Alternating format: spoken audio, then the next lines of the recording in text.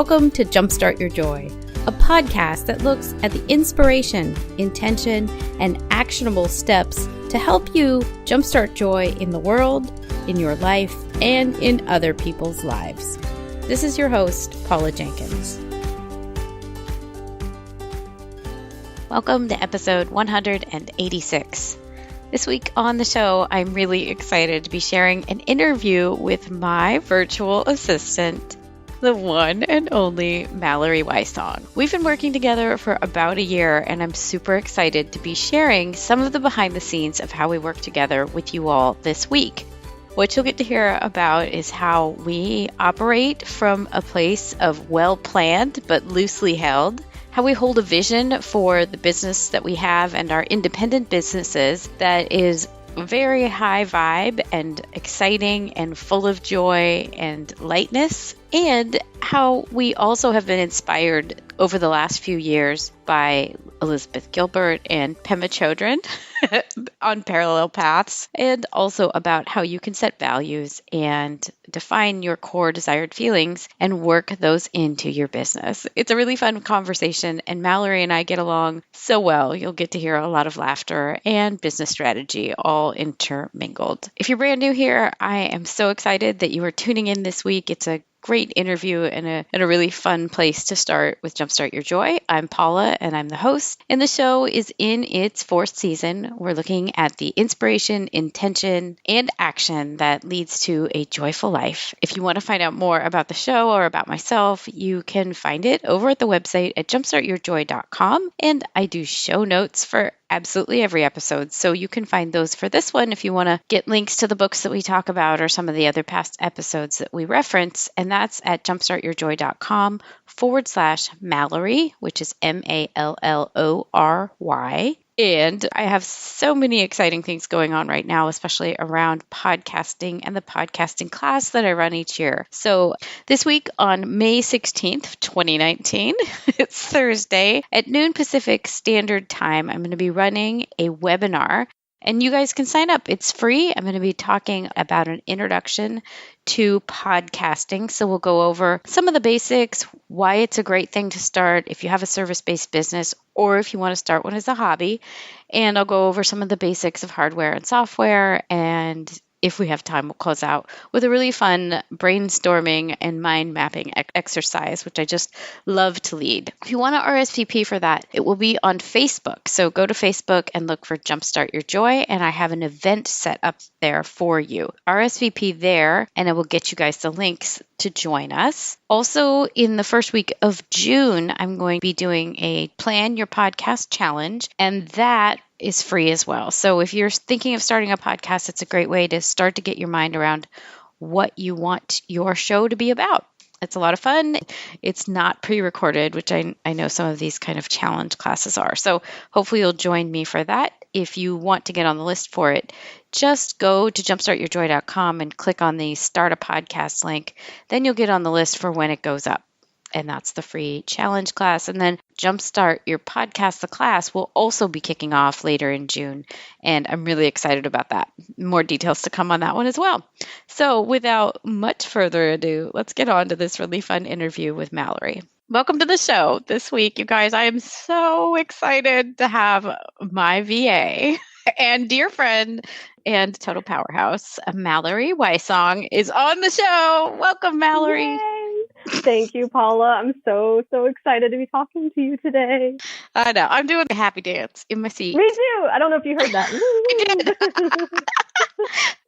did. Yeah. Well, so let's just start it off with the first question. Tell us what you loved most as a child or in school. What were your earliest sparks of joy?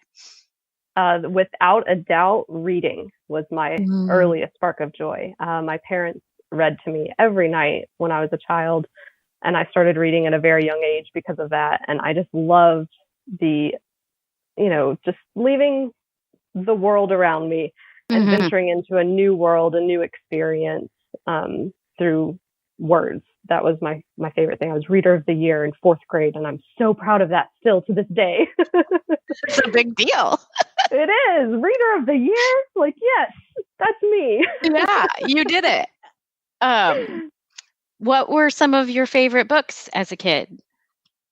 Oh, I loved all kinds of books, but my favorites were always like historical fiction. So there was a story about the dollhouse in the attic, and this girl time travels through a dollhouse.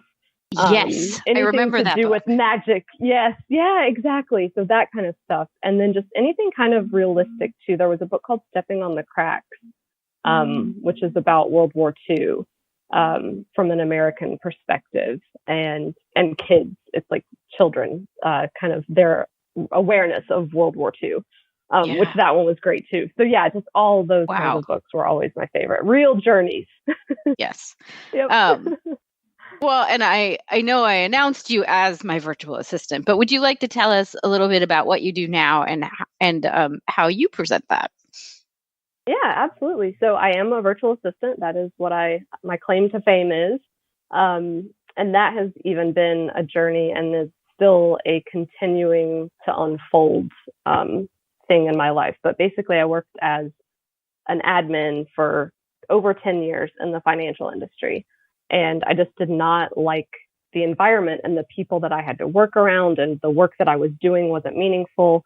And so I just decided I can do this on my own. I can find my own clients and take the skills that I know I'm good at, the things that I'm good at, supporting people, taking care of details, but I can do it for people that I actually enjoy working for and want to do it for. And that it basically magically unfolded that way. I put the intention out and started taking some action by pitching people.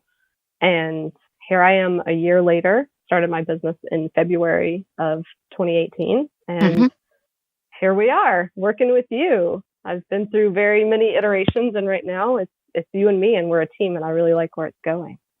I like where it's going too. And I think the really interesting thing there is that, I mean, we both have that kind of path where we're kind of trying on things. And I kind of see us both in this space where we are kind of simultaneously saying yes to things that light us up. And it's amazing because it's a match as far as the things that we love. And it's also interesting to see that I think we have separate passions that we bring. I don't know, that they're like kind of like complementary things to the party when we work together. Yeah. If we can call it a party. And it is a party. It is a party when we work together. Totally is a party. And we have a lot of things in common, folks. So that's like, yeah, we're probably holding back on nerding out big time right here. But yes, we have a lot in common, and we continue to discover that we have more in common the more we work together and, like you said, say yes to these things that are coming up. Yeah. And it's super interesting. I don't know if we want to talk a little bit about like,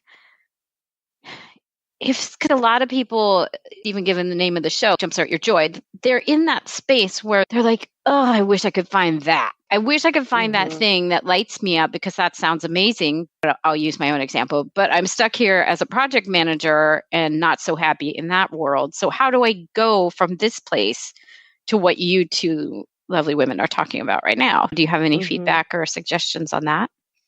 Absolutely. And it's going to be one of those kind of life coachy things. But it's a lot about taking responsibility for your life. In my corporate world, I was very, very unhappy. And I kept giving my power to those people I perceived as having power over me, basically. So bosses and, the corporate environment. And it wasn't until I realized that I don't have to do it that way, that I was open to kind of explore my own path. So I'm going to quote Liz Gilbert here: follow your curiosity. And if you keep, that quote, if you keep doing what you've always done, you'll get what you've always gotten. That was kind of my take on it. I kept changing the scenery, but I was still working as an admin in the same industry. So it was, okay, I went from this company to this company, but same situation.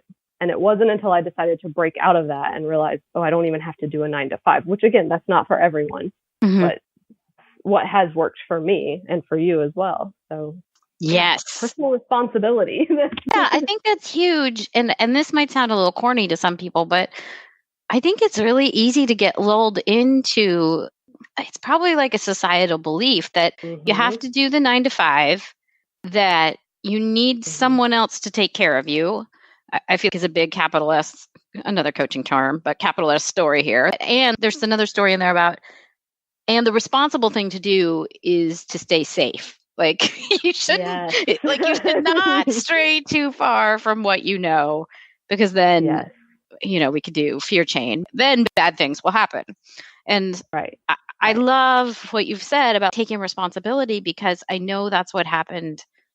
There was a key moment for me where I'll admit, I was grumpy and bitter because I really just want to do my own thing, but I don't know how I'm going to do this because I have to be the one that shoulders all the responsibility for the family. Mm-hmm. And it's like, I had to change my thinking to, and some of this was through coaching and some of this was just through sheer determination, but to this place where I could save up enough that I have my own severance package and then make the things happen so that I had clients lined up so that I could leave and do my own thing and no one else had to be involved. That was the freeing moment of, okay, I got this. Yeah, exactly. Instead of looking outside yourself for the support, or some teachers I've had have explained it as you're basically preparing to fail by staying safe in those corporate jobs. You're assuming that job's always going to be there, that paycheck's always going to be there, which really isn't the case. And once you realize that, you're free to experiment and take the leap.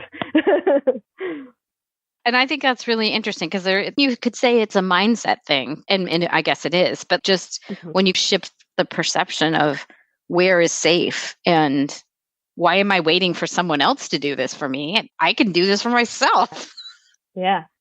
I think we should talk a little bit, because there is a lot of synchronicity / serendipity about how we came to work together. There's magic involved. There's magic. I was just going to say, are we going to talk about magic? Let's talk about magic.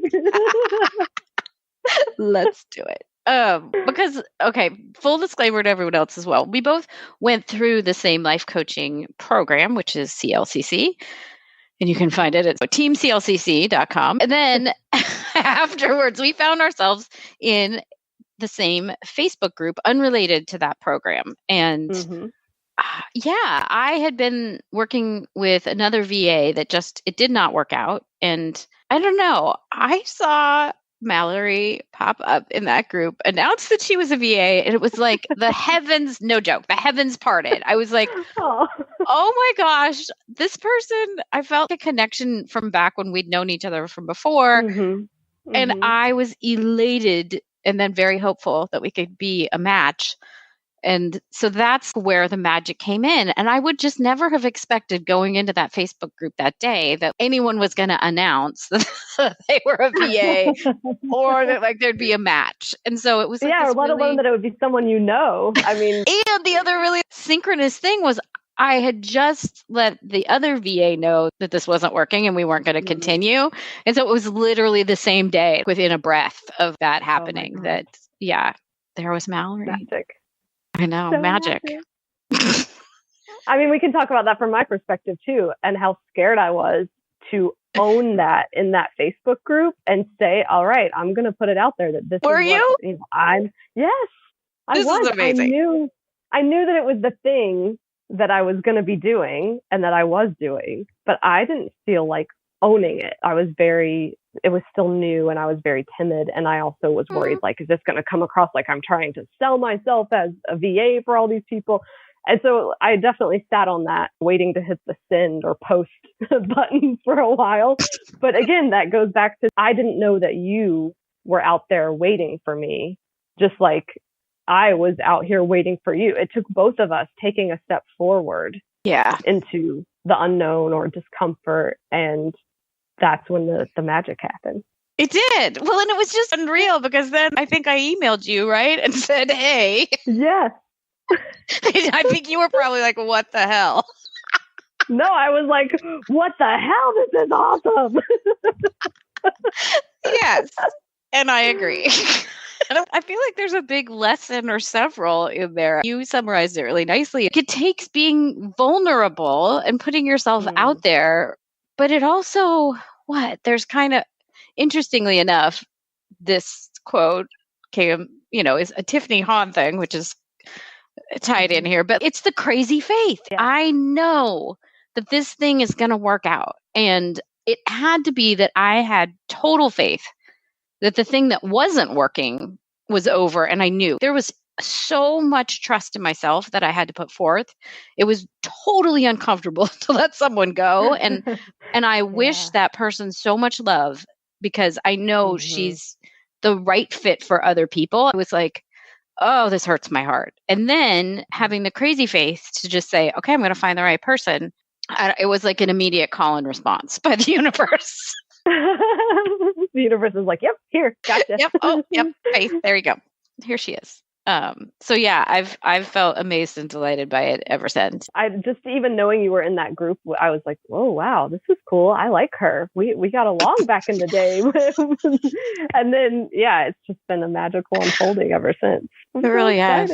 I think the other interesting thing is that we both hold a vision for something in a working relationship that is, I'm trying to think of the right word. Like, it's a higher vibe. Like, it's, we both have seen enough of things that don't work in our past and been in working relationships with bosses that felt yucky. And I think we both have brought that to this working relationship in a way that we're holding ourselves to a higher vision of what could be. And I really love that for us. I'm really proud of us for that. And I was just like feeling that when you were saying it. It's that high vibe, that trust, that it's the magic. It's trusting that if you and I keep saying yes and following these doors that are opening without really understanding why, that something magical and bigger than just you and me is happening. Right. And I love that we are able to kind of have that trust and follow each other and say, okay, yeah, she could totally take that. I trust her. And okay, we're just going to say yes to this next thing that seems to be unfolding for us. I love that what that looks like for us seems to be a lot more podcast work. I'll just put that out there. And like being producers and like kind of having this boutique offering for people who have a podcast or want to start a podcast. And it's super interesting to me that like when we say yes to these things, it almost feels like that synchronicity starts to happen again. Like we're there and we're saying yes, and then we're making room for other people to say yes to the thing that we're holding a vision for. Exactly. And this is when it starts to feel easy. And that's kind of one of the things that I think we're cultivating together too, is just like, let it be easy. What we've seen that doesn't work is the striving and the workaholism and the just putting blood, sweat, and tears into something that maybe you don't even really believe in, or something that you think you know what the outcome is going to be, which has been my personal experience as well. I think it's going to look this way, or it's supposed to look this way. Yeah. And I hold on so tightly to that vision that I miss this experience, the co-creation that we're doing. I think there's something so juicy about saying that yes to just staying present and staying in the co-creation piece. And maybe this is totally obvious to everyone listening. There's something about that striving. Oh, I like what you just said so much, because it's so easy to get 10 steps ahead of yourself and then wonder, okay, why don't I have the clients, or why don't I have the basis to build what I know is possible? It's because you have been, in fact, 10 steps ahead of yourself instead of just focusing in the minute of how can I make this second better? Yeah. Oh, that's beautiful. It's another thing that you bring to this, just this presence, this like coming back to, okay, what's important right now?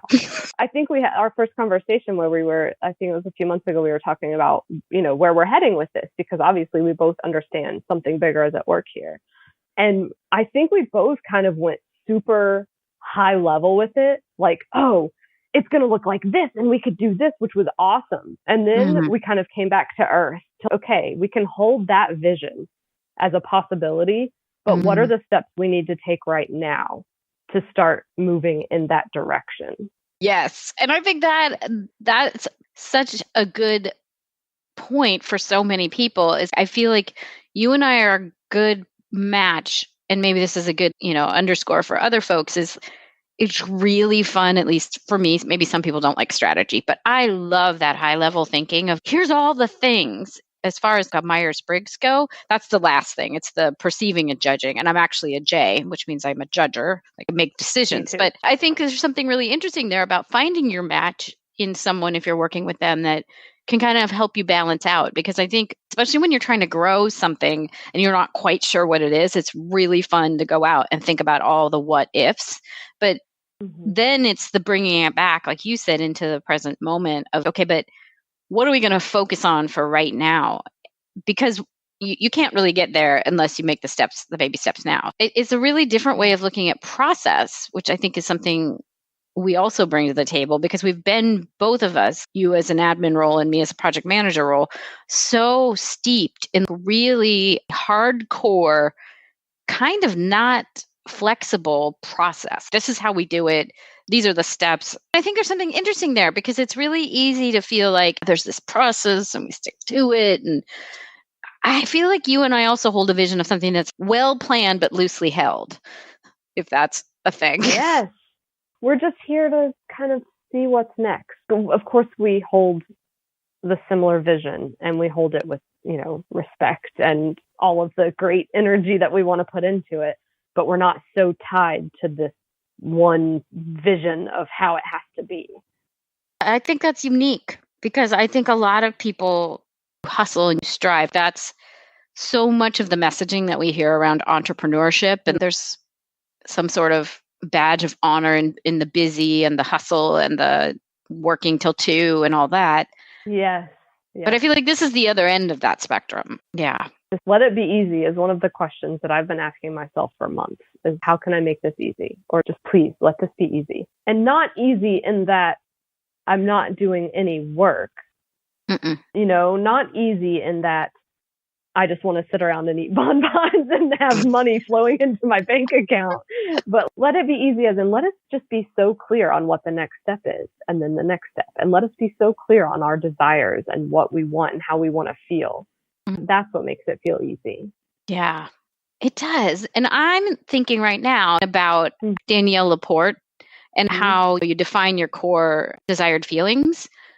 I feel like there's a nugget of that in here for us, because you and I both are holding this vision of a space that feel for you easy, and for both of us light-filled and joyful.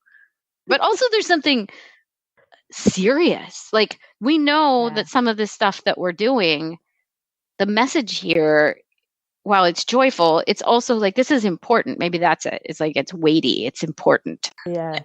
Balance is the biggest thing. So you're talking about how we kind of balance each other out. We have enough in common to connect, and enough, not quite opposing strengths, but enough differences to kind of drive us forward. And this is the same thing. It's that balance of knowing that, like, this might be uncomfortable. I might have to do things that I've never, I might have to go on a podcast and talk to someone, but yet it's fun, and there's light, and there's joy. And it can be both. It can. And I think that maybe that's also one of the really big differentiators for me more recently is, and really, folks, if you want to hear more about this, how to be taken seriously, even if you're kind of a funny person, Andrea Owen, I'll link up to that episode, because that's also a really funny conversation. But I think that's one of the, yes. Yes. God, safe labia. Go listen. Yeah. But anyway, I feel like there's some of that. And it's been like me stepping into this space where I can be a serious, experienced, well-versed, and smart person, but I can also be somebody that really holds space for joy, and that wants to have a giggle fest, and that can riff with someone about Firefly. But there's space for both. And thank you for also holding that space, because I feel like sometimes business gets too serious. I'm reading right now, which I highly recommend, and I think Francesca Hoagie also said, Jenkins, you got to read this book, but it's The Big Leap. I'm holding it up right now like you guys are looking at me, but by Gay Hendricks. I feel like you and I are both in the zone of genius. We've hit it. Yes. And then the doors blow open. Yeah. And that, I think, again, goes back to our experiences in our 9 to 5 and that conditioning of kind of, you have to wear a mask. You can't be your whole integrated self that loves nerding out on stuff and also is really good at her job as a project manager. Those two things in the corporate environment just don't go to, and not every corporate environment, I should say. I'm sure there's plenty of places where that's okay. But from my experience and from what I know of your experience, it was very much like you have to be professional and you have to show up in a certain way and people expect you to present yourself in a certain way. Yeah. And even just going back to that process too of like, it took me almost a year to break the habit of going and sitting at my desk for 8 hours a day when I knew I didn't need to sit at a desk for 8 hours a day. But it's that same like, well, I'm not professional if I'm not sitting at a desk because that's what I had been told.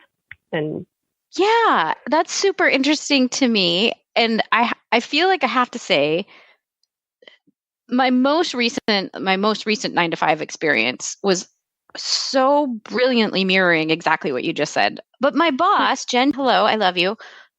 She held space for that very interesting mix of me being me.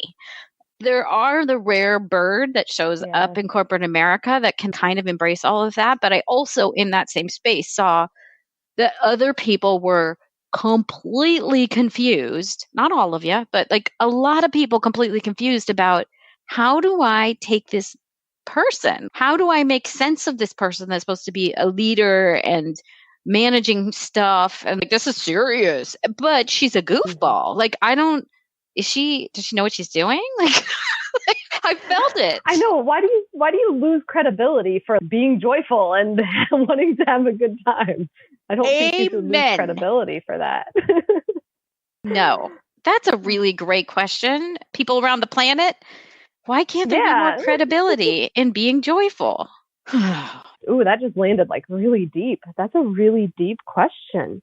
Mm-hmm. Why do we look to people to be so serious and closed down as to the ones that have all the answers and have it all figured out? I've got a hunch. That I think there's something at play that's closely related to the Brene Brown stuff.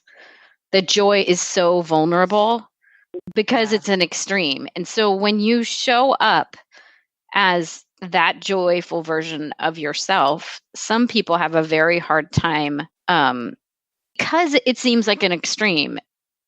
We don't know what to do with people that are showing extreme versions of themselves. Mm-hmm. And so the middle is safe.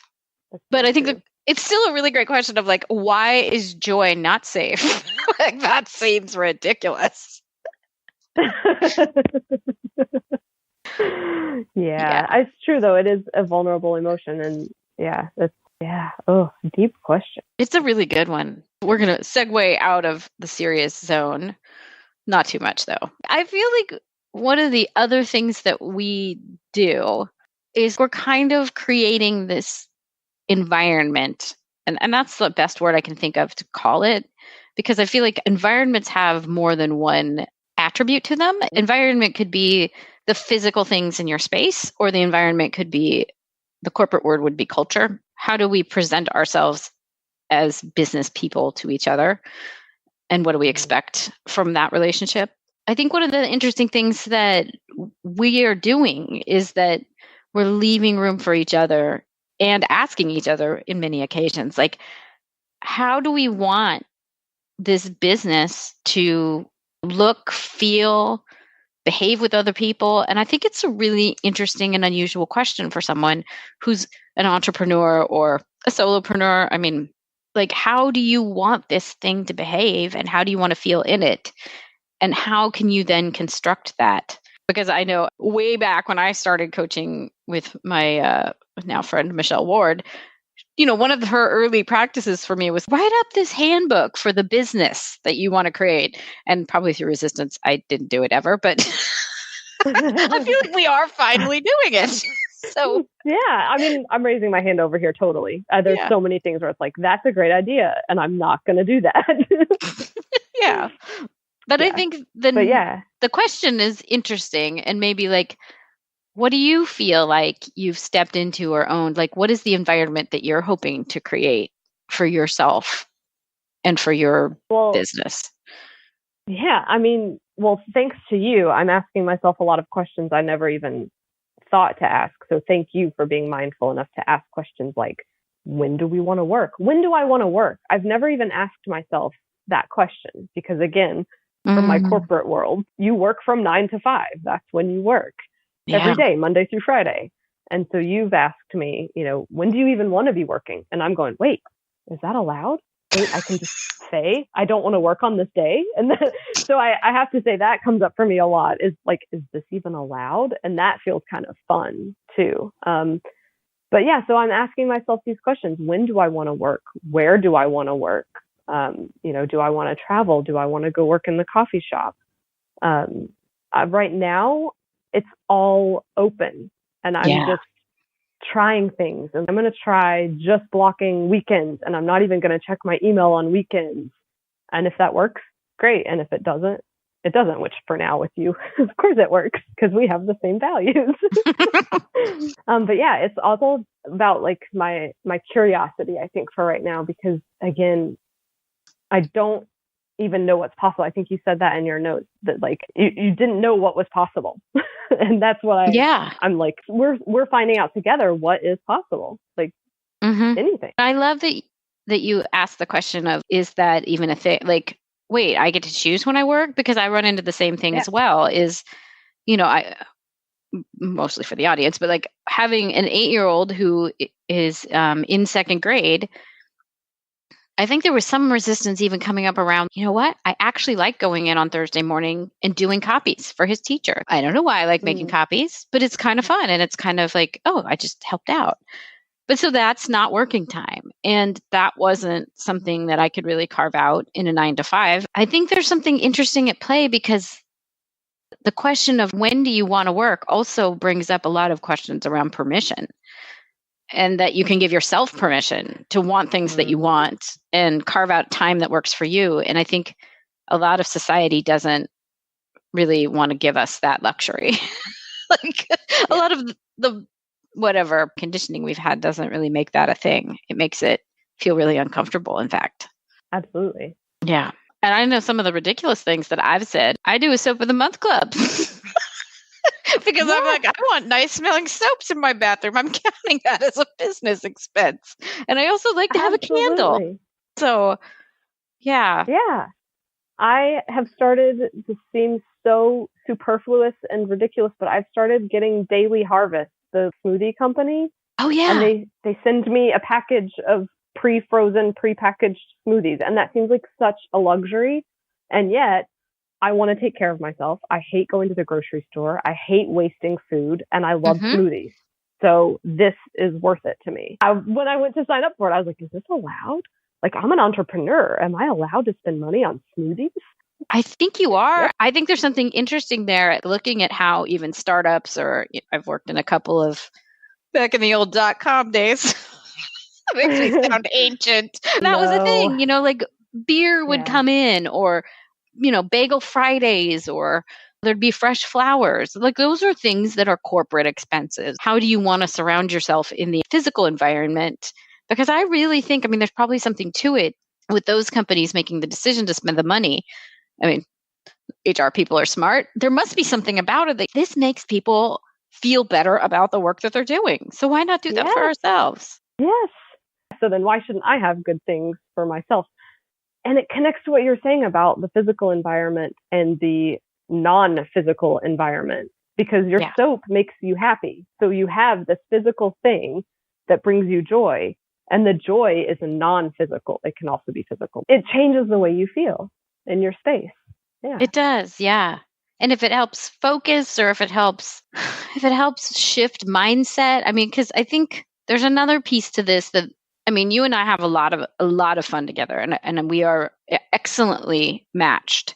And I think there's probably also still parts of our job unrelated to what we do together that is hard. Anybody that is an entrepreneur, there's shit that comes up and you're like, I do not want to have to deal with that. Like, I think we'd be remiss to pretend that like, just because we really have this joyful time together, that like it's all ponies and rainbows. It's not. There's a lot of magic. And I think it's really important if you're going after joy or if you're trying to create a new normal for yourself to make space for those things that are easy, because there's going to be the crap and there's going to be, identity theft in my case, or there's going to be the car that doesn't pass its smog, or there's going to be all that stuff that keeps at you. And there's got to be a place where you can rebalance and find, tap back into the joy. And I think that's maybe that's the magic.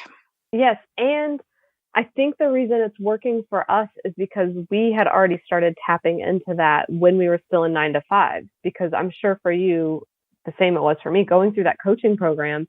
Of course, I wanted to get certified to be a life coach, but it changed my life. My first client was myself, as cliche as that is. I worked on myself and I learned how to bring joy to my environment. So towards the end of my time at my corporate job, I would go into someone's office to meditate.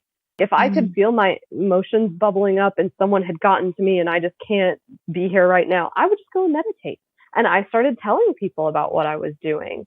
And I started to kind of just show up as that person in that environment. And that was kind of how I took my power back. And so now that we are out here together and we've had this experience, it feels a lot easier to be able to talk to you about my crystals and my tarot cards and stuff like that, because even if it's not for you, you get it and you understand because you have your own things that give you that same feeling. Yeah. I think that is super powerful. And I'm glad you brought up the part about not a humble brag. We've done the work. Then there's always more work to do, but we get it. Always. And I think it is, I cannot for myself imagine trying to walk the entrepreneur path without having done a great deal of that personal work. I don't even want to say it's growth. I feel like it's more the internal environment that we worked on, especially through that certification program. And it was life-changing for me. And I think you're really right to say that there was something really special about getting to know each of our own processes, meaning the internal processes that we go through. So you can kind of tap into the moment and catch yourself of like, oh, I'm going to lose it. I need to go on a walk, right? Because I don't think the normal situation in a 9 to 5 doesn't give you that permission either. Like you're supposed to just stay there or something. And that's not really helpful or healthy. I don't know if somebody's like, but how do I even start the work? I'm not in that program. What's one of your favorite books for that, Mal? Oh man, I really have to say Big Magic by Liz Gilbert for the just drawing awareness to what fear does. My big learning. Yeah. I love that one. And I love that you picked something kind of light. I mean, there's a lot of wisdom in it that's light and approachable. Because I was going to go Pema Chodron. I was going to go with Pema Chodron, which is When Things Fall Apart, which is, gosh, when we got that book title, I was like, oh, Lord, what are we doing? But wow, like what a place to go and really start to learn to have faith that even if something gets really hard, things fall apart and they fall back together. We'll drop both those links in the show notes. Yeah, I think it's... Yeah, that's so funny because that was my first instinct. This is my intuition again. My first instinct was to say that because that book really did. I read it before we started the certification.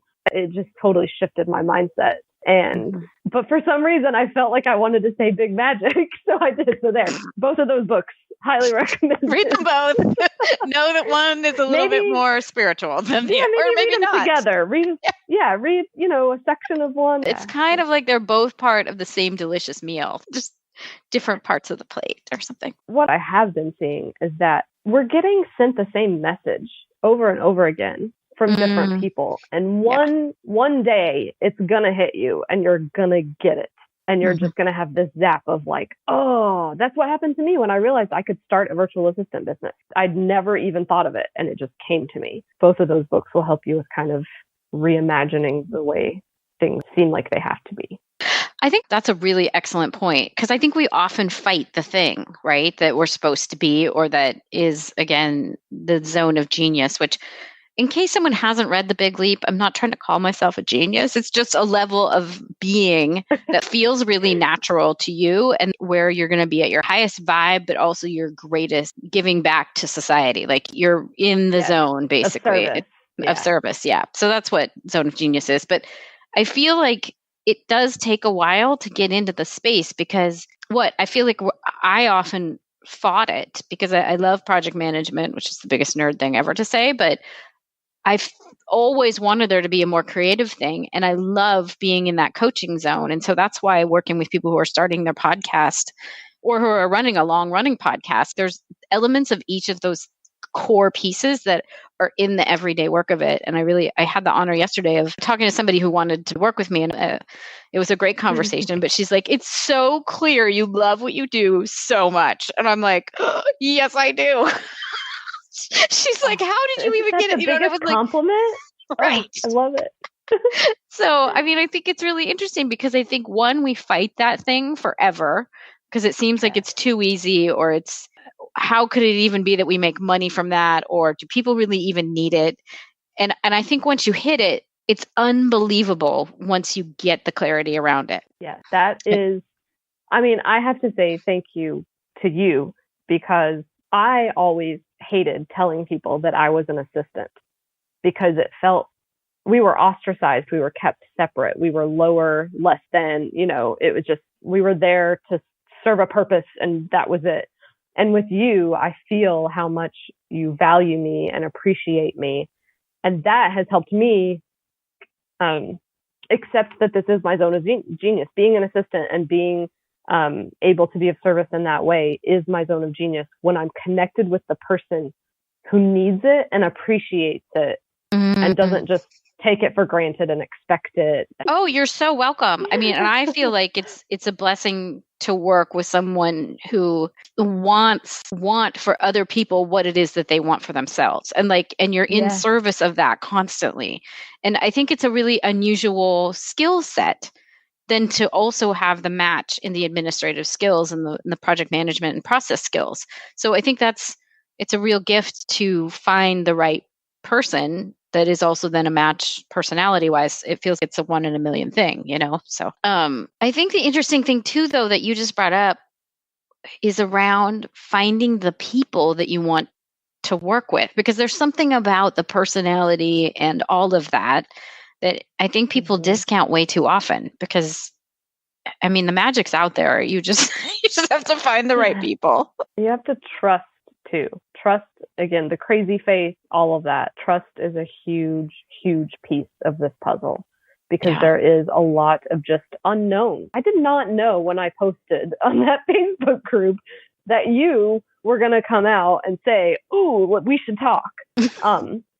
And full disclosure, if we're going all the way there with the magic, I think I told you this, I had written on a sticky note podcast toward the beginning of my coaching certification training, because I knew that I wanted a podcast.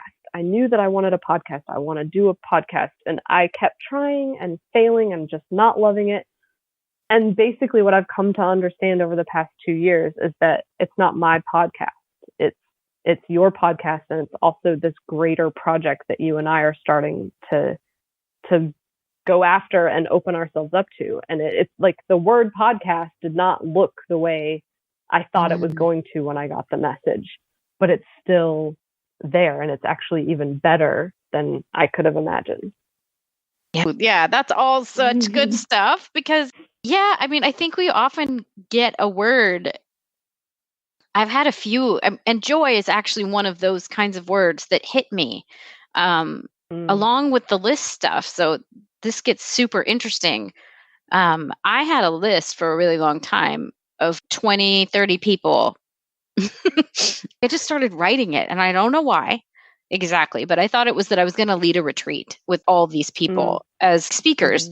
But that didn't ever gel out because it was like, how would I get 30, like, the size of a retreat, like just logistically not, I mean, maybe someday, but that wasn't the thing. And then joy started coming in as a word. And then it's almost like your word matches all that. Podcast was the way. And so if you look at even the first season for anyone that's listening, many of those 20 are the first guests of the show, which is like, you may be getting these messages and you don't know why. And when you write them down, it's still that like well planned but loosely held. It's you're getting the messages, magical messages. Yeah. And maybe you don't know exactly what they're for yet, but you're getting them for a reason, is I think the message there is it will be revealed. It's a little crazy faith-ish, but it will be revealed. 100%. And that, again, I mean, obviously we could talk all day, but that makes me think of Brene Brown again and like the foreboding joy.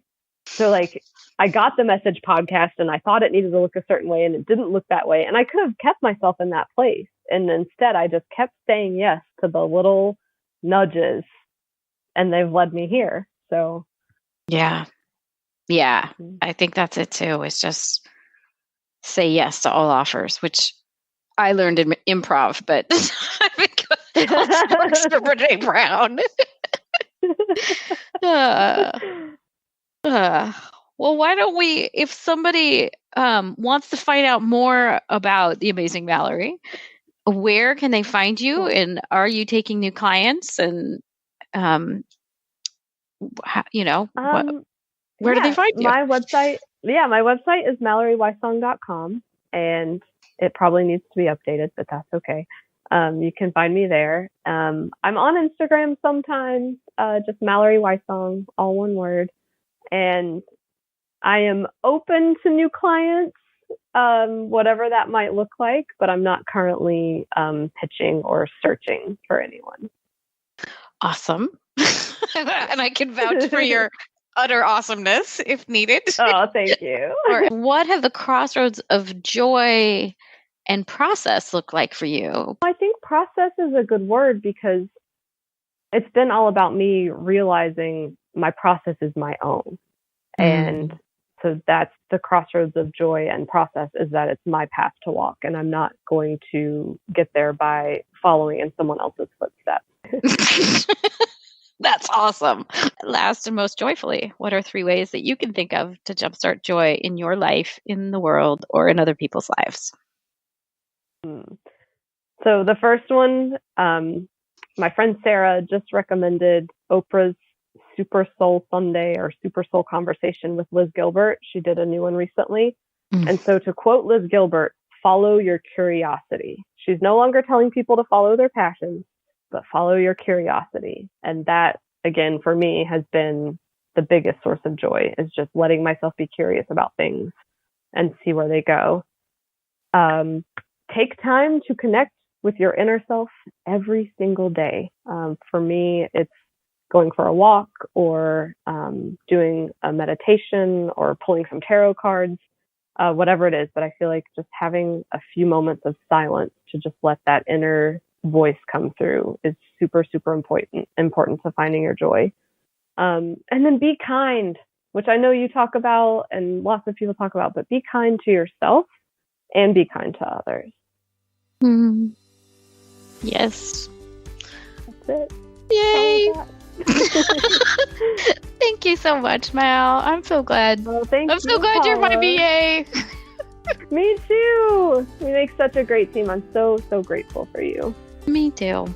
Hey, Mal, thanks so much for being on and for being an amazing virtual assistant and being such a fun friend just to get to hang out with as well.